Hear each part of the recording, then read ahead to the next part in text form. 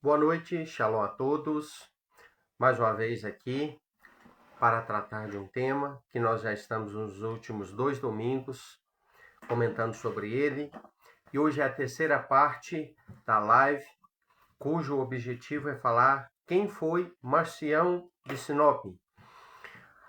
Já vimos aqui quem foi esse personagem e o que ele ensinou, quão nocivo foi tudo o que ele ensinou.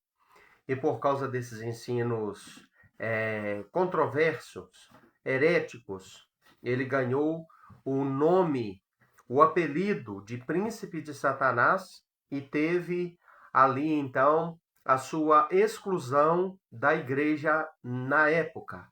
Tempos depois, os ensinamentos de Marcião foram reformulados, ganharam pitadas de vamos dizer assim, elementos cristãos modificados, adaptados, e infelizmente isso faz parte do nosso sistema dos dias de hoje, até na presente, né? Na presente época, podemos ver esses ensinamentos dele. Muitas pessoas dizem assim: para que estudar história, né?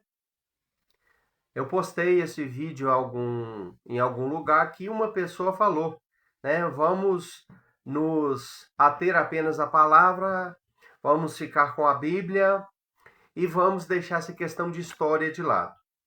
Quem fala isso é um tremendo de um ignorante, pelo seguinte: se for para julgar a história fora, se for para rejeitar a história, então pegue a Bíblia e jogue ela também fora. Sabe por quê? Porque a Bíblia é um livro de história. Histórias sagradas, histórias verídicas, histórias maravilhosas. Porém, são histórias. A Bíblia é um livro de história. A Bíblia é um livro que de Gênesis e Apocalipse é história, né? Gênesis, a história da criação do mundo, da formação do mundo. Apocalipse, que é o último, e todos os demais antes de Apocalipse, também são história. História da consumação dos séculos, de como tudo se findará e do que ocorrerá ainda. Trata-se, né, de uma história futura ainda, Apocalipse. Então, queridos, a história é sim importante. A história faz parte, sim, da vida de quem deseja viver uma vida de comunhão com Deus, conhecendo a verdade, porque a verdade você só vai se inteirar sobre ela através da história, conhecendo a história. É por isso que existe tantas e tantas pessoas enganadas nos nossos dias atuais. Por quê? Porque rejeita a história, né? Então, para começo de conversa, nós queremos deixar aqui essa introdução. Bom, queridos, hoje é a terceira parte desta live. E hoje nós vamos continuar falando dos feitos de Marcião. Domingo passado nós falamos aqui, né, algumas coisas importantes sobre Marcião, que ele ensinou de maneira equivocada, errada, e hoje nós vamos começar aqui no ponto de número 7 desta explanação, lembrando mais uma vez que eu não estou falando nada para vocês da minha cabeça, eu não estou falando nada para vocês de invencionice, não são coisas que eu estou inventando. Trata-se de uma obra maravilhosa que está neste livro aqui, escrita por Tzadok Ben-Derer. Este livro é o livro Judaísmo Nazareno, o caminho de Yeshua e os seus Talmidim.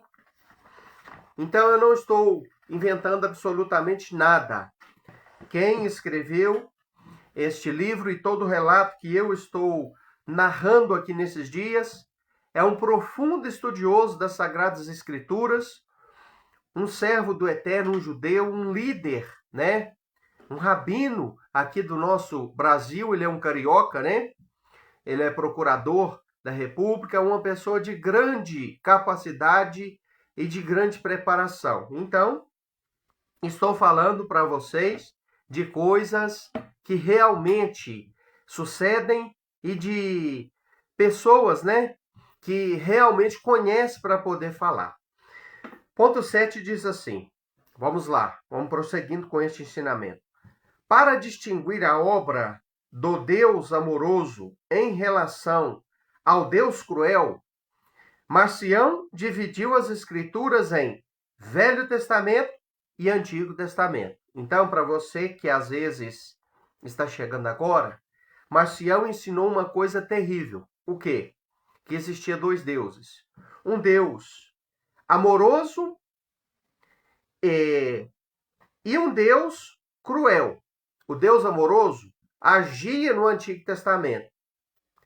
O Deus bondoso agiu no Novo Testamento. Então ele classifica o Deus Pai, né, que agiu no período do Tanar como um Deus cruel, ruim, mau, carrasco, tirano. E Jesus Cristo, um Deus bom, que é o Deus do Novo Testamento. Então, ele cria uma heresia de duplo Deus. E nós sabemos pelas Escrituras que Deus é um. Shema Israel, Adonai Eloheinu, Adonai Echad. O que significa isso? Aparece em Deuteronômio, se não me engano, capítulo 6, versos 4. Ouça Israel, o Eterno é nosso Deus. O Eterno é um. Marcião vai e cria dois deuses, um Deus duplo. Para apoiar sua doutrina, ele cria outra heresia. Qual outra heresia? Esta heresia, ela pegou, mas assim, de uma forma muito forte, muito grande, de que existe a parte antiga da Bíblia e a parte nova. A parte passada, ultrapassada, antiquada, e a parte nova, que está em vigor. Então, daí saiu a nomenclatura Velho Testamento e Novo Testamento. Coisa que não aparece dentro das Escrituras em seu contexto hebraico original. Coisa que o judeu não usa no dia a dia, nas sinagogas, na sua vida de leitura das Sagradas Escrituras. Não existe essa classificação para o povo judeu. E a Bíblia é um livro judaico. A Bíblia foi produzida pelo povo judeu. A Bíblia é de propriedade do povo judeu. Quem deu ela a eles foi o próprio Deus. Nós somos beneficiados com as Sagradas Escrituras, mas a Escritura é um livro judeu. O próprio Yeshua falou isso. A salvação vem do judeu. Então, queridos, quem criou isso foi esse personagem. Quem era esse personagem?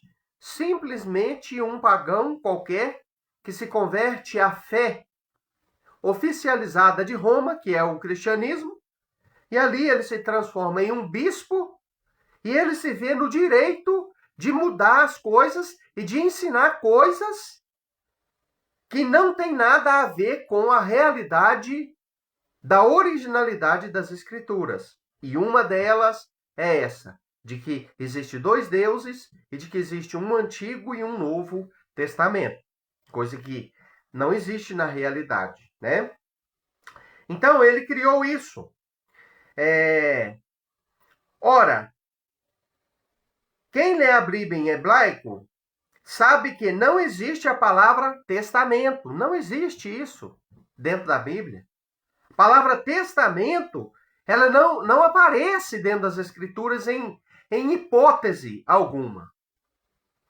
Ora, quem lê a Bíblia sabe que em hebraico não existe a palavra testamento. A bem da verdade, o profeta Jeremias, ele usou um termo semelhante.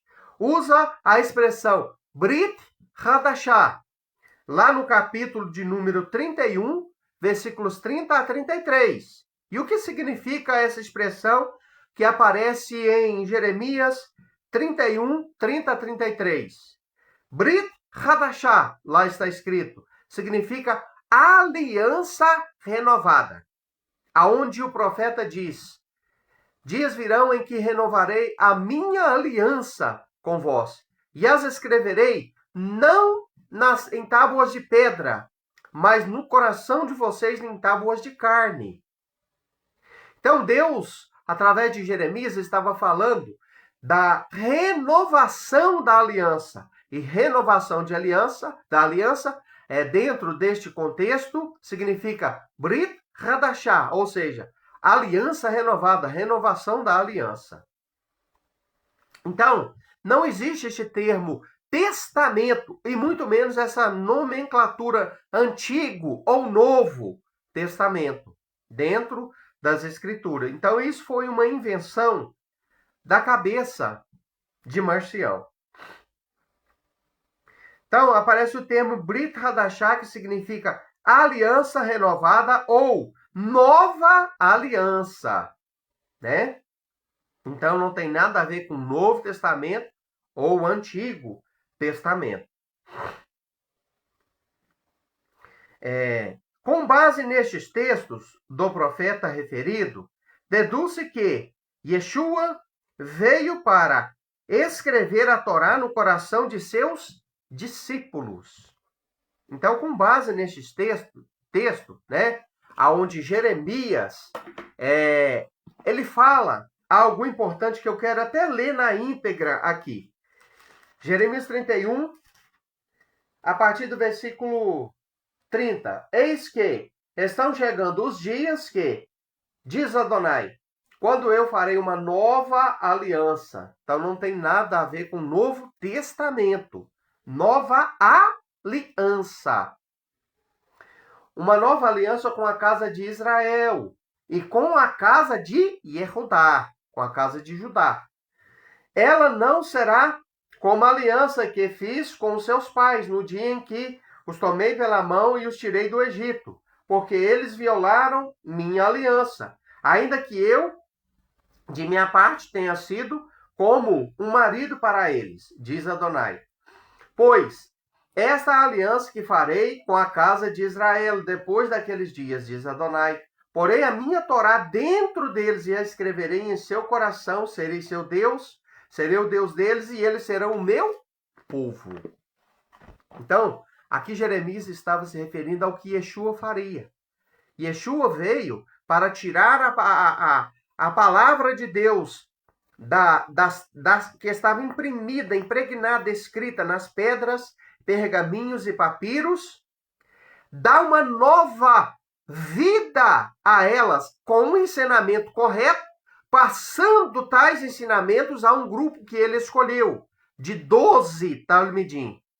Cada um daqueles homens representava uma das 12 tribos de Israel, mostrando então a totalidade do povo sendo formado pelo Messias, pelo Mashiach, que passou a instrução correta de acordo com a interpretação correta para aquele povo acerca da Torá, acerca da lei, daquilo que as pessoas chamam a lei. E este povo então passou a ensinar com base nesta aliança renovada, feita com o sangue de Yeshua. Então, queridos, não existe essa nomenclatura.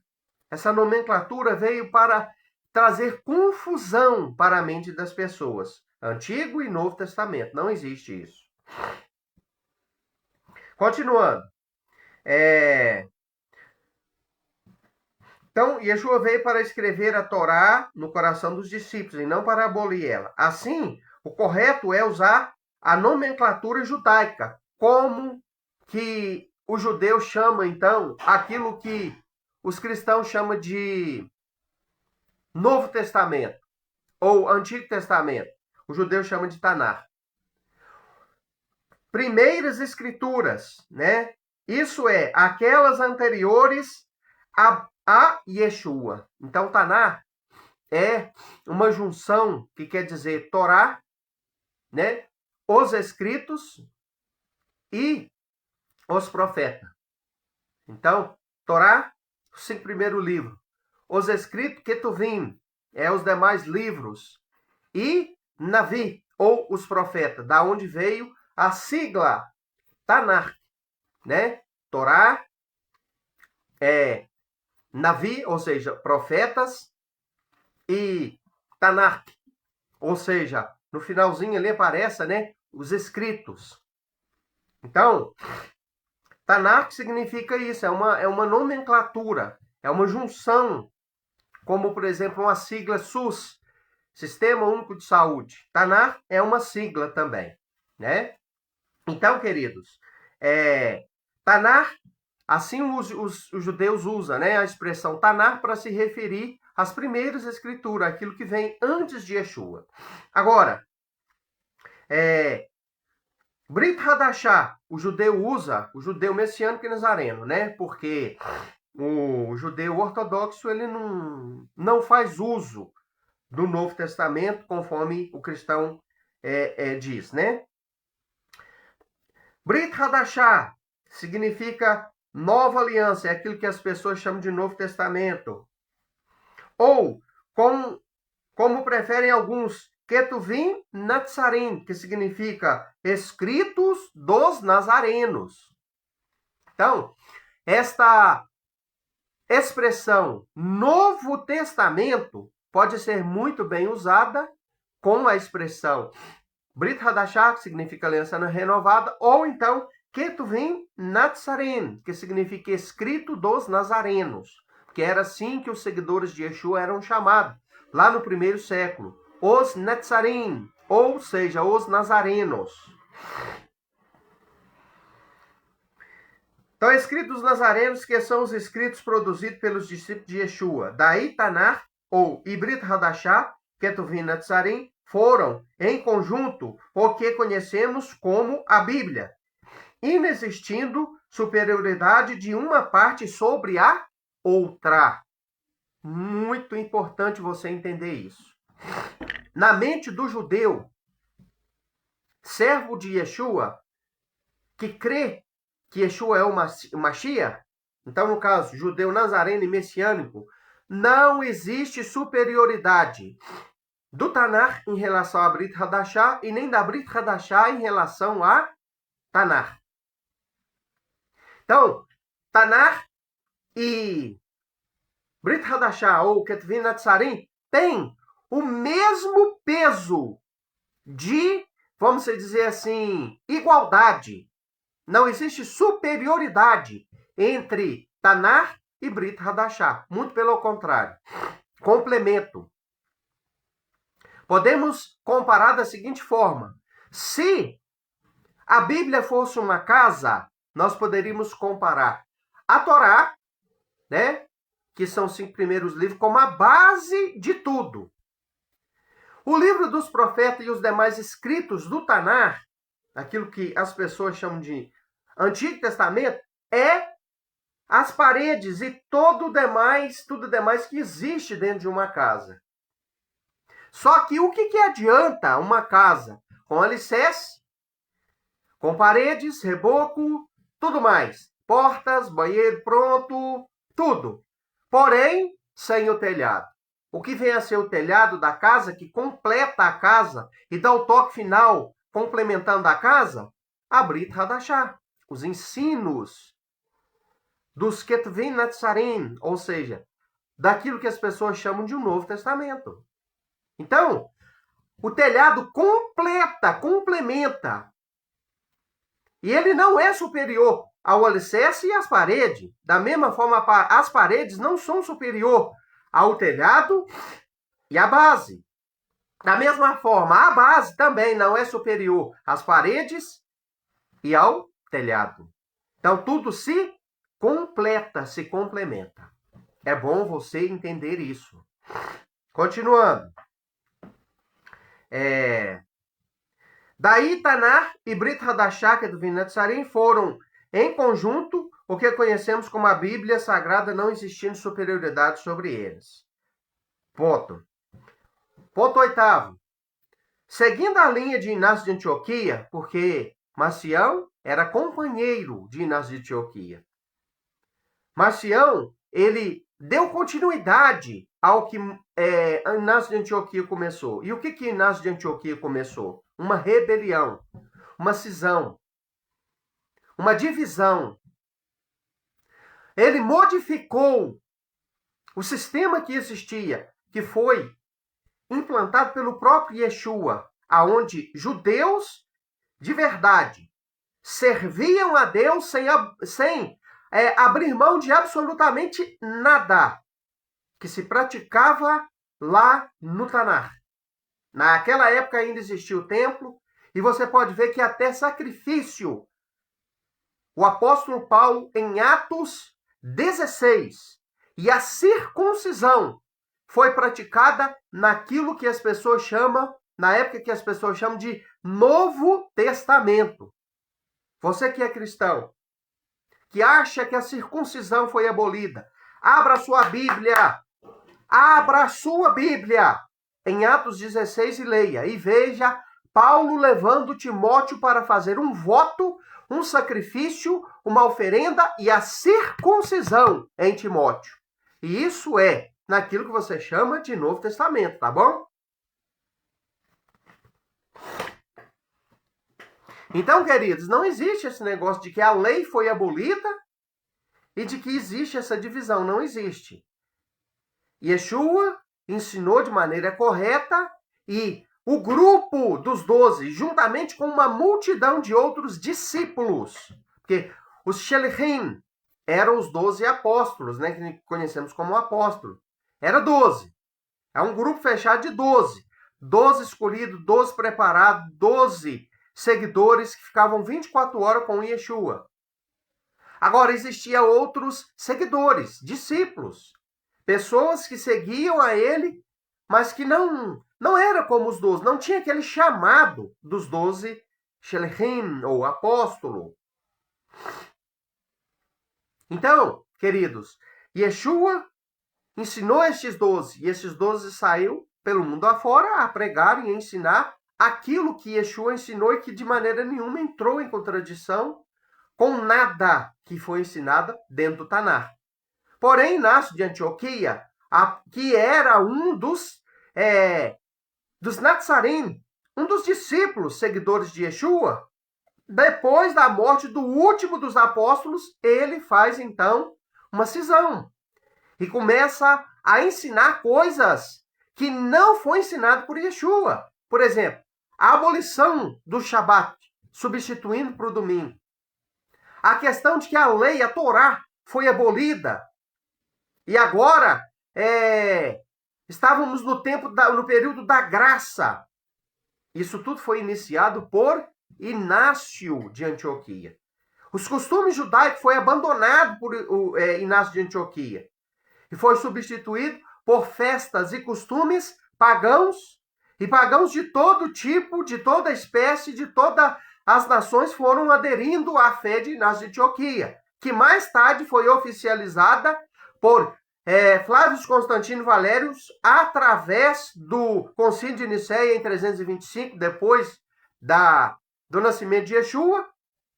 E, queridos irmãos, transformou-se então em uma nova religião, que muitas pessoas acham que foi Jesus quem criou e não foi. Yeshua não criou nenhuma nova religião, ele era um judeu. Então, quem criou essa nova religião foi Inácio de Antioquia. Tertuliano, Marcião ajudou, Marcião era participante disso. Tertuliano desenvolveu a grande maioria das doutrinas, e todas essas doutrinas e essa religiosidade foi oficializada por Flávio Constantino Valérios, sacerdote do deus Mitra, que era imperador da época e que supostamente, entre aspas, se converteu. Não converteu nada, continuou sacerdote de Mitra. Prosseguindo. Então, isso foi iniciado por Inácio de Antioquia. Marcião afirmou que o cristianismo era distinto e oposto ao judaísmo. O próprio Marcião, né? Ele falou isso nos seus escritos, porque ele deixou muita coisa escrita. Nos seus escritos ele fala, olha, o cristianismo que nós fazemos parte, do qual ele era bispo, e o pai dele também era bispo, é distinto do judaísmo. E o nosso Salvador era judeu. Os discípulos dele eram judeus. Os primeiros seguidores de Yeshua eram judeus. E aqui está um homem que moldou o cristianismo dizendo: o cristianismo é distinto do judaísmo. E é mesmo. É bom você saber disso. Né? É bom você saber disso. Marcião atraiu um grande número de seguidores. Não é diferente, irmão. Em todos os tempos, em todas as eras, sempre existiu, né, aqueles que seguem alguém. Então, meus irmãos, ele atraiu um grande número de seguidores e, após ser excomungado da igreja de Roma, erigiu uma comunidade independente. Você acha que é só as igrejas evangélicas hoje que tem esse racha-racha e esse monte de denominação? Isso aí já começou lá na época deles. Quem faz isso hoje está seguindo o modelo lá de lá, seguindo o modelo iniciado por Inácio de Antioquia, Marcião. Marcião não concordou com Inácio de Antioquia e separou também. Teve os seus seguidores próprios e independentes. Assim como fazem grande parte dos pastores hoje, não todos. Está numa denominação, briga com o líder, não gosta do líder, não gosta da doutrina, inova, abre outra igreja que ele julga ser melhor e perfeita, correta, de acordo com a Bíblia, e ostenta assim como as milhares. A minha está ensinando a coisa correta. É um racha-racha, irmão, onde cada um quer um pedacinho do bolo. Essa é a realidade. Então, mas isso aí é velho. Você acha que isso é coisa do protestantismo, né?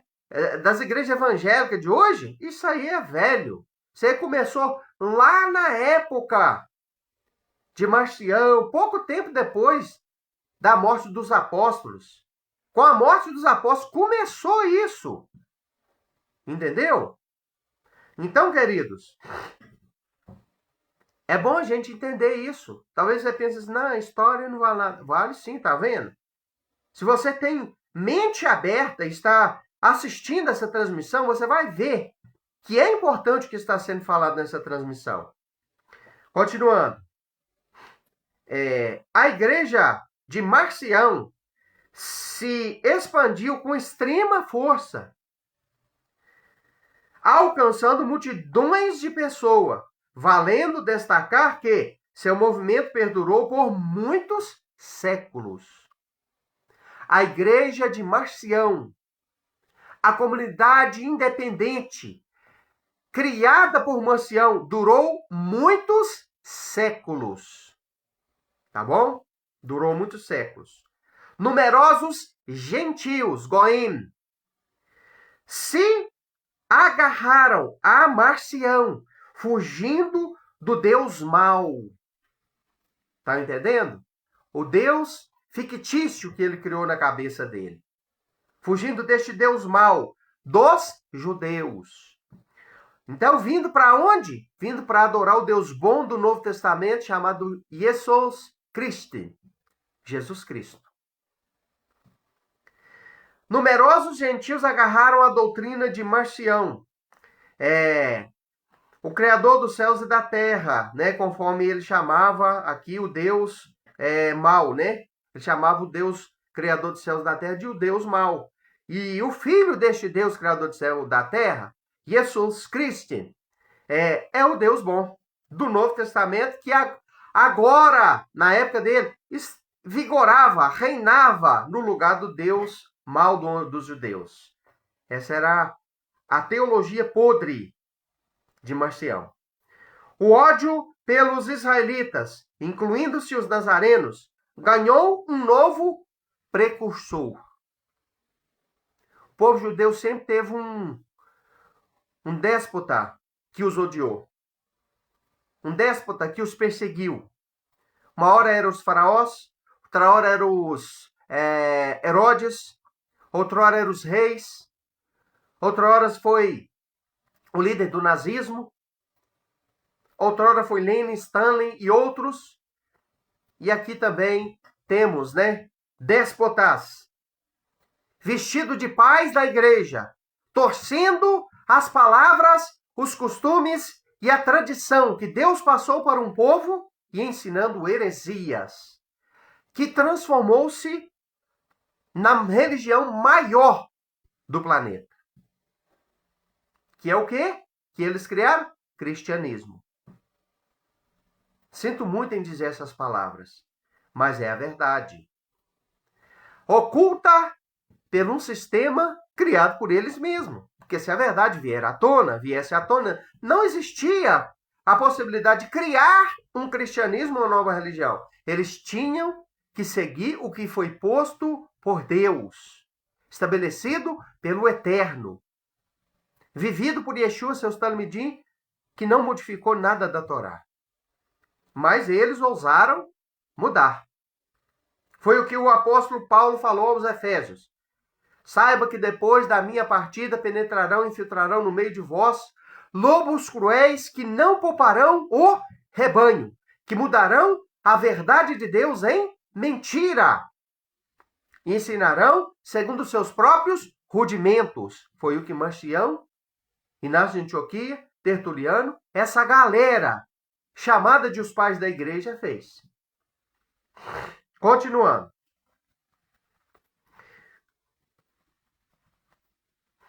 Policarpo, que foi discípulo de Yohanan, João, o apóstolo João. Vai escutando. Chamou Marcião de primogênito de Satanás. Então, olha a nomenclatura que este aluno do apóstolo João, chamado Policarpo, ele deu para este cidadão, para este personagem chamado Marcião, príncipe de Satanás. Lamentavelmente, o cristianismo adotou inúmeras heresias do bispo gnóstico. Você sabe o que é o gnosticismo? Vai para a história e busque saber o que é a teologia gnóstica, os conceitos e ideologia do gnosticismo. Este bispo era um gnóstico. Então, queridos, é necessário conhecer um pouco da história para você saber o que é que está acontecendo dentro das igrejas, da onde vêm os ensinamentos da igreja, quem deu origem a eles. Aí você bate no peito e não, foi Jesus Cristo. Não, não foi ele. Yeshua HaMashiach não. Foi sim um Cristo formado, vestido por um império, por um sistema. Porque este personagem, né? Ele foi criado em cima do verdadeiro personagem.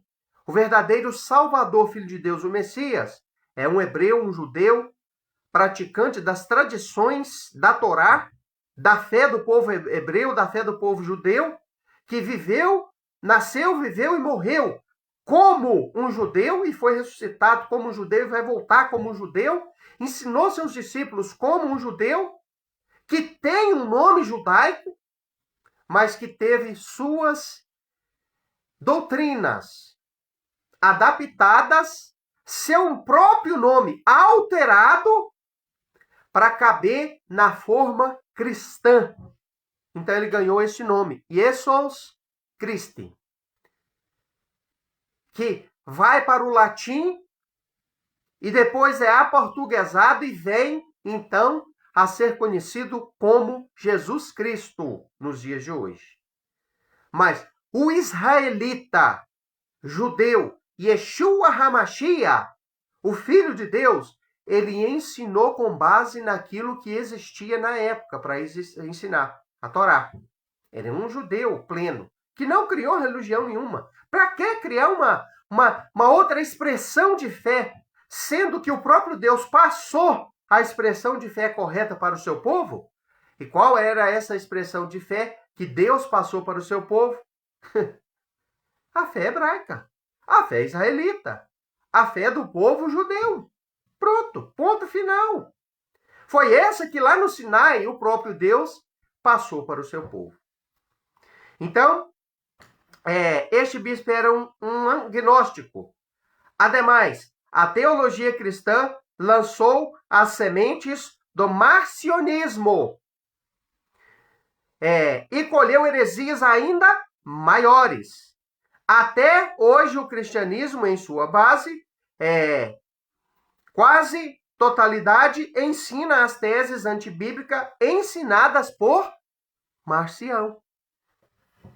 Agora, quais são essas teses? Ele desenvolveu 3 teses. Eu vou só dar uma pincelada sobre elas. Na próxima live, eu vou falar sobre elas de uma maneira profunda e usando a Bíblia Sagrada. Quais são elas? Letra A. A lei foi abolida por Cristo. Quem criou isso foi Marcião, não foi Yeshua. Segundo, letra B. A igreja substituiu Israel nos planos de Deus. Quem criou essa tese? Marcião. Isso não faz parte da teologia judaica. Jesus e Yeshua não tinha essa teoria, essa tese em mente. Isso aqui é demoníaco. A igreja, ela não substituiu Israel. A igreja é Israel com o Israel. Você que serve a Deus dentro de qualquer denominação, que crê que Yeshua, Jesus, é o Messias e procura obedecer a Bíblia Sagrada, ainda que você não concorde comigo, concorde você ou não, você é Israel. Você é Israel. Você foi enxertado na oliveira. Galho de oliveira enxertado na oliveira é o quê? Era jambuzeiro, mas agora enxertado na oliveira passa a produzir oliveira, oliva também. Suga da mesma seiva também. É oliveira também. Se você não for Israel, você está lascado. Se você não for Israel, você está perdido. Então, igreja é uma criação destes sujeitos aqui, pais da igreja. A igreja não substituiu Israel.